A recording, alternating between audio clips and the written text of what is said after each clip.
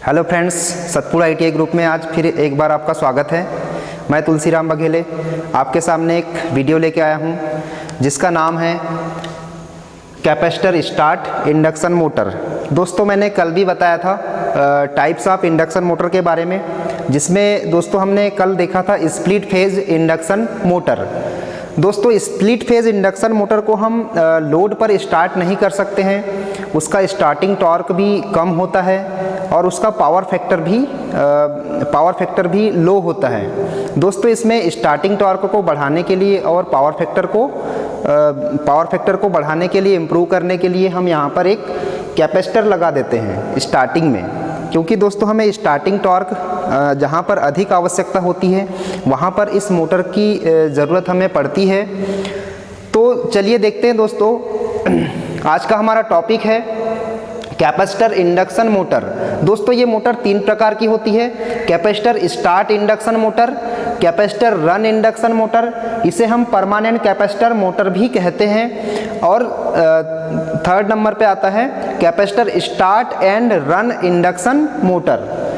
तो दोस्तों आज हमारा टॉपिक रहेगा यहाँ पर कैपेसिटर स्टार्ट इंडक्शन मोटर। दोस्तों ये इंडक्शन मोटर कैपेसिटर पर स्टार्ट होगी बट कैपेसिटर पर रन नहीं होगी। तो इसका एक डायग्राम है दोस्तों, यहाँ पर ये डायग्राम है। यहाँ पर एक रनिंग वाइंडिंग है, एक स्टार्टिंग वाइंडिंग है। दोस्तों स्टार्टिंग वाइंडिंग को हम ऑक्सिलरी वाइंडिंग भी कहते हैं, अतिरिक्त वाइंडिंग भी कहते हैं। और दोस्तों ये जो रनिंग वाइंडिंग है, रनिंग वाइंडिंग को हम मेन वाइंडिंग कहते हैं।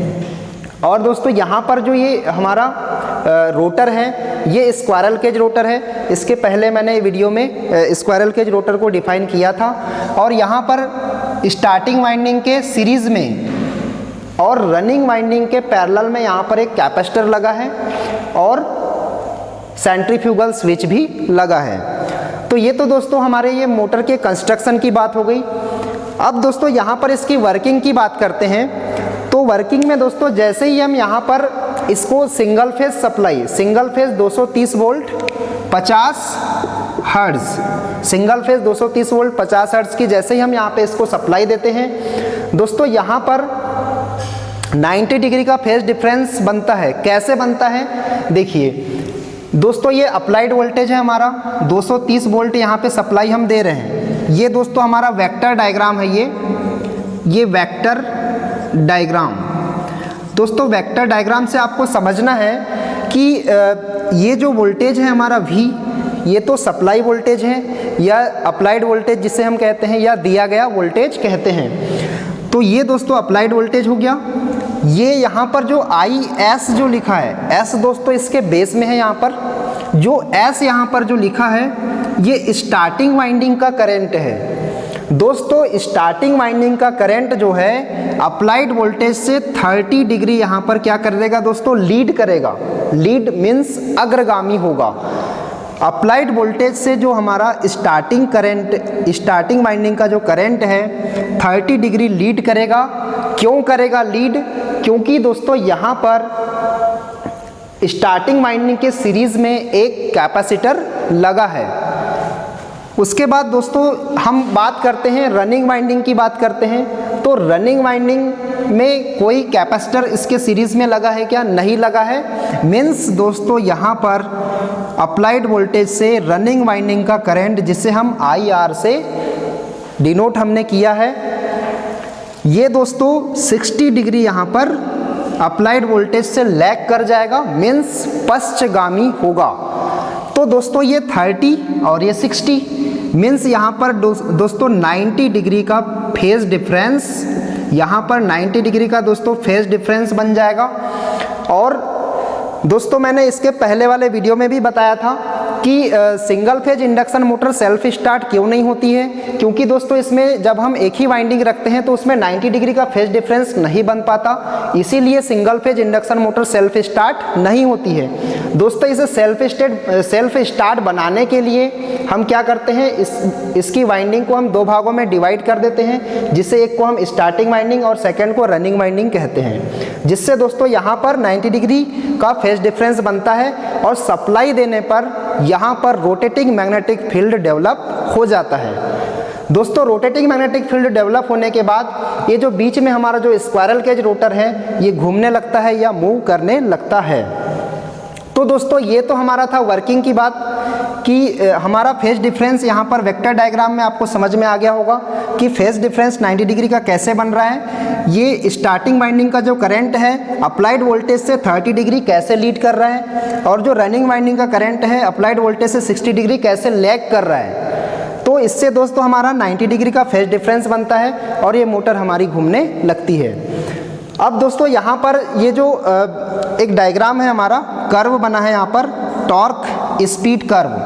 तो टॉर्क स्पीड कर्व में दोस्तों स्टार्टिंग में जब हम इसको सप्लाई देते हैं, स्टार्टिंग में जब इसे हम सप्लाई देंगे तो स्टार्टिंग में दोस्तों स्टार्टिंग वाइंडिंग, रनिंग वाइंडिंग और ये कैपेसिटर तीनों के कारण दोस्तों यहाँ पर टॉर्क प्रोड्यूस होगा। टॉर्क प्रोड्यूस होगा मीन्स दोस्तों यहाँ पर ये ज़ीरो है, ये मीन्स दोस्तों यहाँ पे हमें स्टार्टिंग में इतना टॉर्क मिलेगा, यहाँ से टॉर्क प्रोड्यूस होगा। टॉर्क बढ़ते बढ़ते यहाँ तक बढ़ेगा। कब तक बढ़ेगा दोस्तों? जब तक हमारी मोटर 75% स्पीड प्राप्त नहीं कर लेती तब तक। और दोस्तों 75% स्पीड जब मोटर प्राप्त कर लेती है उस समय मोटर के सॉफ्ट पर सेंट्रीफ्यूगल फोर्स लगता है। सेंट्रीफ्यूगल फोर्स या जिसे हम अपकेंद्री बल कहते हैं। तो दोस्तों यहाँ पर एक अपकेंद्री स्विच है। ये अपकेंद्री स्विच क्या करता है दोस्तों? इस कैपेसिटर को और ये स्टार्टिंग वाइंडिंग को क्या कर देता है? कट कर देता है। मीन्स दोस्तों यहाँ से ये ओपन हो जाएगा। कब ओपन होगा?